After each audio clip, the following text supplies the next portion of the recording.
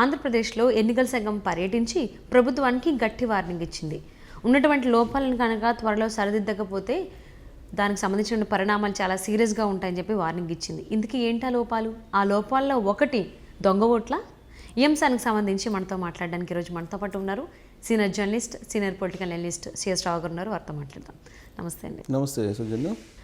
అంటే ఎన్నికల సంఘం ఆంధ్రప్రదేశ్లో పర్యటించి ప్రభుత్వానికి వార్నింగ్ ఇవ్వడం అనేది అసలు ఏ విధంగా చూడాలి అంటారు? ఉన్న లోపాలు ఏంటి అంటే అందులో ఒకటి దొంగ ఓట్లు ఉన్నాయి. దానికి సంబంధించి కూడా కొంచెం ఆలోచించి గట్టిగా, అంటే చాలా క్రమశిక్షణగా వ్యవహరించండి అన్నట్టుగానే చెప్పింది అన్నట్టు టాక్ వినిపిస్తోంది. అసలు ఉన్న లోపాలు ఏంటి, ఇచ్చినటువంటి గట్టి వార్నింగ్ ఏంటి? సో కేంద్ర ఎన్నికల సంఘానికి భారీగా కంప్లైంట్స్ వెళ్ళాయి ఆంధ్రప్రదేశ్ రాష్ట్రం నుంచి. దొంగ ఓట్లు చేస్తున్నారు ప్రస్తుతం అధికారంలో ఉన్నటువంటి పార్టీ. సో దొంగ ఓట్లు అని అంటే కొన్ని దొంగ ఓట్లు అనుకూలంగా ఉండేటువంటి వాటిని చేర్చుకోవడం, అలాగే తెలుగుదేశం పార్టీకి సంబంధించిన సానుభూతి పరులు లేదా అభిమానులు ఎవరైతే ఉన్నారో ఆ ఓట్లని బల్క్గా తీసేస్తున్నారు అనేది కంప్లైంట్లు వెళ్ళాయి. వెళ్ళినటువంటి క్రమంలో ముసాయిదా ఓటర్ లిస్ట్ వచ్చిన తర్వాత దాంట్లో ఉన్నటువంటి తప్పుల్ని కానీ, దాంట్లో ఉన్నటువంటి అవకతవకలను కానీ, అక్రమాలను కానీ మొత్తం ఐడెంటిఫై చేసి తెలుగుదేశం పార్టీకి సంబంధించినటువంటి ఇన్ఛార్జీలు ఎవరైతే ఉన్నారో అసెంబ్లీ కాన్స్టిట్యున్సీ ఇన్ఛార్జీలు వాళ్ళు చాలా క్లియర్గా ఆధారాలతో సహా ఎన్నికల కమిషన్కి కంప్లైంట్ చేశారు.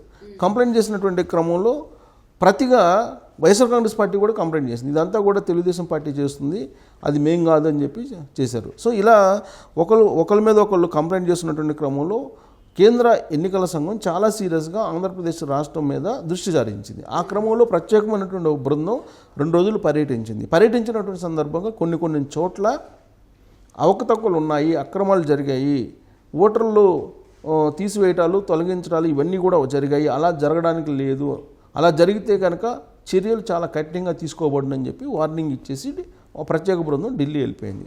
దానికి ఒక టైం కూడా వచ్చింది. ఎన్నికల షెడ్యూల్ లోపల మీరు ఇవన్నీ సరిచేయండి, ఇవన్నీ సరిచేయకపోతే కనుక తీవ్రమైనటువంటి చర్యలు ఉంటాయి అని చెప్పి ఒక వార్నింగ్ లాగా ఇచ్చెళ్ళింది. ప్రత్యేకించి 8 జిల్లాల్లో, కొత్త జిల్లాలు 8 ఏదైతే ఏర్పాటు చేసినటువంటి వాటిల్లో 8 జిల్లాల్లో అవకతవకలు జరిగినట్టు ప్రత్యేకించి ఎన్నికల కమిషన్ కూడా గుర్తించింది. ఆ మేరకు వాళ్ళు కూడా కొన్ని ఐడెంటిఫై చేశారు. వాళ్ళకి వార్నింగ్ ఇచ్చి 8 మంది కలెక్టర్లకు కూడా వార్నింగ్ ఇవ్వడం జరిగింది. సో ఇప్పుడు ఉమ్మడి జిల్లాలు 13 జిల్లాలు ఉంటే 8 జిల్లాలకు సంబంధించిన కలెక్టర్లకి వార్నింగ్ ఇచ్చి వెళ్ళడం జరిగింది.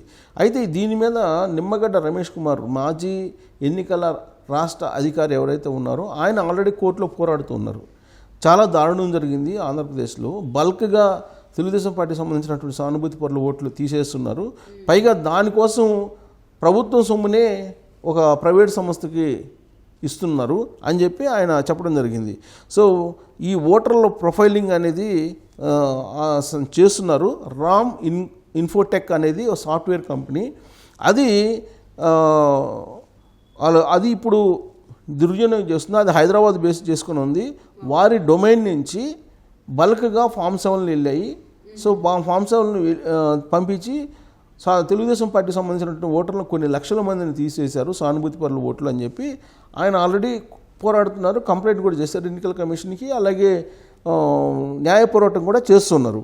ఇది ఎలా జరిగింది? గ్రామ వార్డు సచివాలయాల్లో ఉన్నటువంటి వాలంటీర్లు ఉన్నారు కదా, సచివాలయ సిబ్బంది, గ్రామ వార్డు సచివాలయ సిబ్బంది కొందరు, అలాగే వాలంటీర్లు కొందరు, వీళ్ళ ద్వారా మొత్తం ప్రొఫైల్ తీసుకొని ప్రొఫైలింగ్ చేశారు. అంటే వాలంటీర్కి ఎలా తెలుసు? వాళ్ళకి ఉండేది ప్రతి 50 కుటుంబాలకు ఒక వాలంటీర్ ఉన్నారు. ఆ 50 కుటుంబాల్లో పర్యవేక్షణ అంతా ఆ వాలంటీర్ చూస్తూ ఉంటాడు. సో ఆ కుటుంబంలో, ఆ 50 కుటుంబాల్లో ఎవరెవరు ఏ పార్టీ అనేది ఖచ్చితంగా తెలిసిపోతుంది. ఈ 4.5 ఏళ్ళు, ఆల్మోస్ట్ 4.5 ఏళ్ళు అయింది వాళ్ళు అపాయింట్ అయ్యి గౌరవ వేతనం తీసుకుంటూ. వాళ్ళకి ఈ మధ్యకాలంలో 750 రూపాయలు కూడా పెంచారు ప్రభుత్వం వాళ్ళకి. సో ప్రతిదీ కూడా వైఎస్ఆర్ కాంగ్రెస్ పార్టీ వాళ్ళ ద్వారానే చేస్తూ ఉంది. వాళ్ళకి అందుకు గౌరవ వేతనం ప్రభుత్వం నుంచి ఇస్తూ ఉన్నారు. ఈవెన్ లాస్ట్కి ఆ వైఎస్ఆర్ కాంగ్రెస్ పార్టీకి సంబంధించిన పత్రికను కూడా కొనుగోలు చేసేటువంటి బాధ్యతను కూడా వాళ్ళకే అప్పచెప్పారు. అంటే వాళ్ళే పంపిణీ చేయాలి, వాళ్ళే కొనుగోలు వాళ్ళే బలవంతంగా అయినా సరే వాళ్ళు కొనుగోలు చేయించాలి. లేదా ఈ మధ్యకాలంలో ఎన్నికలు దగ్గర పడుతున్న టైంలో ఫ్రీగా అయినా కానీ డిస్ట్రిబ్యూట్ చేయాలి, అందరికి అన్ని ఏళ్ళకి ఫ్రీగా కానీ డిస్ట్రిబ్యూట్ చేయాలనేది వాలంటీర్ల మీద పెట్టారు. సో ఆ వాలంటీర్ వ్యవస్థ అనేది ఒక ప్రైవేట్ సైన్యంలాగా పనిచేస్తుంది అనేది నిమ్మగడ్డ రమేష్ కుమార్ ఒక కంప్లైంట్ చేయడం జరిగింది. అది ఒక జగన్మోహన్ రెడ్డికి ఒక ప్రైవేట్ సైన్యంలాగా పనిచేస్తుంది. ప్రత్యర్థి పార్టీలు సానుభూతి పరులు ఎవరైతే ఉన్నారో వాళ్ళ ఓట్లను తీసివేస్తున్నారు, అది కూడా రామ్ ఇన్ఫోటెక్ ద్వారా జరుగుతుంది ఇదంతా కూడా అని చెప్పి చేస్తున్నారు. అంటే పార్టీ పరంగా సేవలు అందిస్తున్నటువంటి ఐపాక్ సంస్థ రామ్ ఇన్ఫోటెక్ సంస్థలు కలిసి పనిచేస్తున్నాయి అనేది ఆయన చేస్తున్నటువంటి ప్రధాన ఆరోపణ. 68 కోట్ల రూపాయలు ఈ మొత్తం వ్యవహారాన్ని చేసినందుకు వాళ్ళకి ఇచ్చారు. ప్రభుత్వం వైపు నుంచి ప్రభుత్వ ధనమే ప్రజాధనమే ఇచ్చి ఈ రామ్ ఇన్ఫోటెక్కి ఈ పని చేయించారనేది ఆయన చేస్తున్నటువంటి ఆరోపణ. అందుకే దీన్ని ఆల్రెడీ కంప్లైంట్ చేశారు, ఎన్నికల కమిషన్కి ఆధారాలు ఇచ్చారు. మీరు కఠినమైనటువంటి చర్యలు తీసుకోండి, కఠినమైన చర్యలు తీసుకోకపోతే కనుక సామాన్యుల ఓట్లు పోతాయి అని చెప్పారు. సో గతంలో అమెరికాలో ఎన్నికలు జరిగినప్పుడు కూడా ఓటర్లను ప్రభావితం చేసిందనేటువంటి ఆరోపణలతోటి కేంబ్రిడ్జ్ అనలిటిక్స్ అనే సంస్థను కూడా మూసేశారు. సో అలాగే ఇప్పుడు రామ్ ఇన్ఫోటెక్ మీద ఐపాక్ సంస్థ మీద చర్యలు తీసుకోవాలని చెప్పి ఆయన డిమాండ్ చేస్తున్నారు. దానికి కారణం ఏంటంటే ఆయన చెప్పేది ఏంటంటే ఈ ఎన్నికల ప్రక్రియలో కార్పొరేట్ సంస్థ రామ్ ఇన్ఫోటెక్ అనేది జొరబడింది.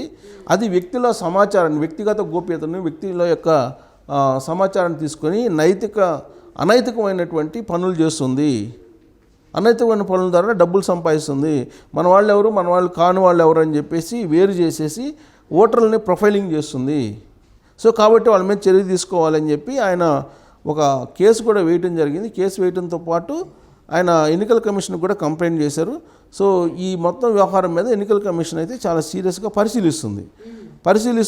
ఆల్రెడీ వచ్చి వెళ్ళింది కాబట్టి వచ్చి వెళ్ళిన తర్వాత ఒక 8 మంది కలెక్టర్లకు అయితే వార్నింగ్ ఇచ్చి వెళ్ళింది. ఇది సరిచేసుకోకపోతే తీవ్రమైన చర్యలు భవిష్యత్తులో ఉంటాయి అని చెప్పి వార్నింగ్ ఇచ్చి వెళ్ళిపోవడం జరిగింది. దీంతో జగన్మోహన్ రెడ్డి ప్రభుత్వం ఒక రకంగా పునరాలోచనలో పడింది. ఇప్పుడు ఎంతమందిని తీసేస్తారు, ఎంతమందిని తీసేయరు అనేది ఒకటి నడుస్తుంది. ఇంకోటి ఏంటంటే ఎన్నికల కమిషన్ చాలా సీరియస్గా చెప్పిందంటే ఒక్కళ్ళకు కూడా అర్హులైనటువంటి వాళ్లకు ఓటు పోవడానికి లేదు. ఇన్ కేస్ పోతే మీ జాబ్ పోతుంది, మీ జాబ్ తీసేస్తామని చెప్పి సీరియస్ వార్నింగ్ ఇచ్చి వెళ్ళిపోయారు. అర్హులైన ఐఏఎస్లకి ఎవరైతే కలెక్టర్ ఉన్నారో ఆ బిఎల్ఓలు లేకపోతే సిబ్బంది ఉంటారు కదా, ఈ ఓట్లు తయారు చేసే జాబితాను తయారు చేసేవాళ్ళు. సో వాళ్ళు చాలా క్లియర్గా చెప్పింది, అర్హులైనటువంటి ఏ ఒక్కరికి కూడా ఓటు హక్కు తీసేయడానికి లేదు అని చెప్పి సీరియస్ వార్నింగ్ ఇచ్చి వెళ్ళింది. సో చాలామందికి ఓటు హక్కు లేకుండా చేసింది ఈ ప్రభుత్వం అనేది ఆరోపణలు ఉన్నాయి. అందుకే ఎన్నికల కమిషన్ ఒక వార్నింగ్, ఎన్నికల కమిషన్ చాలా సీరియస్గా చెప్పిందంటే ఒక్కళ్ళకు కూడా అర్హులైనటువంటి వాళ్లకు ఓటు పోవడానికి లేదు. ఇన్ కేస్ పోతే మీ జాబ్ పోతుంది, మీ జాబ్ తీసేస్తామని చెప్పి సీరియస్ వార్నింగ్ ఇచ్చి వెళ్ళిపోయారు. అర్హులైన ఐఏఎస్లకి ఎవరైతే కలెక్టర్ ఉన్నారో ఆ బిఎల్ఓలు లేకపోతే సిబ్బంది ఉంటారు కదా, ఈ ఓట్లు తయారు చేసే జాబితాను తయారు చేసేవాళ్ళు. సో వాళ్ళు చాలా క్లియర్గా చెప్పింది, అర్హులైనటువంటి ఏ ఒక్కరికి కూడా ఓటు హక్కు తీసేయడానికి లేదు అని చెప్పి సీరియస్ వార్నింగ్ ఇచ్చి వెళ్ళింది. సో చాలామందికి ఓటు హక్కు లేకుండా చేసింది ఈ ప్రభుత్వం అనేది ఆరోపణలు ఉన్నాయి. అందుకే ఎన్నికల కమిషన్ ఒక వార్నింగ్ ఇచ్చి ఢిల్లీ వెళ్ళింది. మళ్ళీ చెక్ చేస్తే కనుక ఎన్నికల నాటికి షెడ్యూల్లో వచ్చే నాటికి కనుక చెక్ చేసి అవకతవకలు ఉంటే చర్యలు తీసుకుంటామని చెప్పి చాలా సీరియస్ వార్నింగ్ ఇవ్వడం జరిగింది. సో మరి ఎన్నికల కమిషన్ ఇచ్చినటువంటి వార్నింగ్కి ఐఏఎస్ ఆఫీసర్లు కావచ్చు, ప్రభుత్వం కావచ్చు, ఆంధ్రప్రదేశ్కి సంబంధించిన వాళ్ళు సో ఎలా తీసుకుంటారు? లైట్ తీసుకుంటారా, లేదు సీరియస్గా తీసుకొని చాలా డిసిప్లిన్గా ఉంటారా? అసలు ఏంటనేది వేచి చూద్దామండి.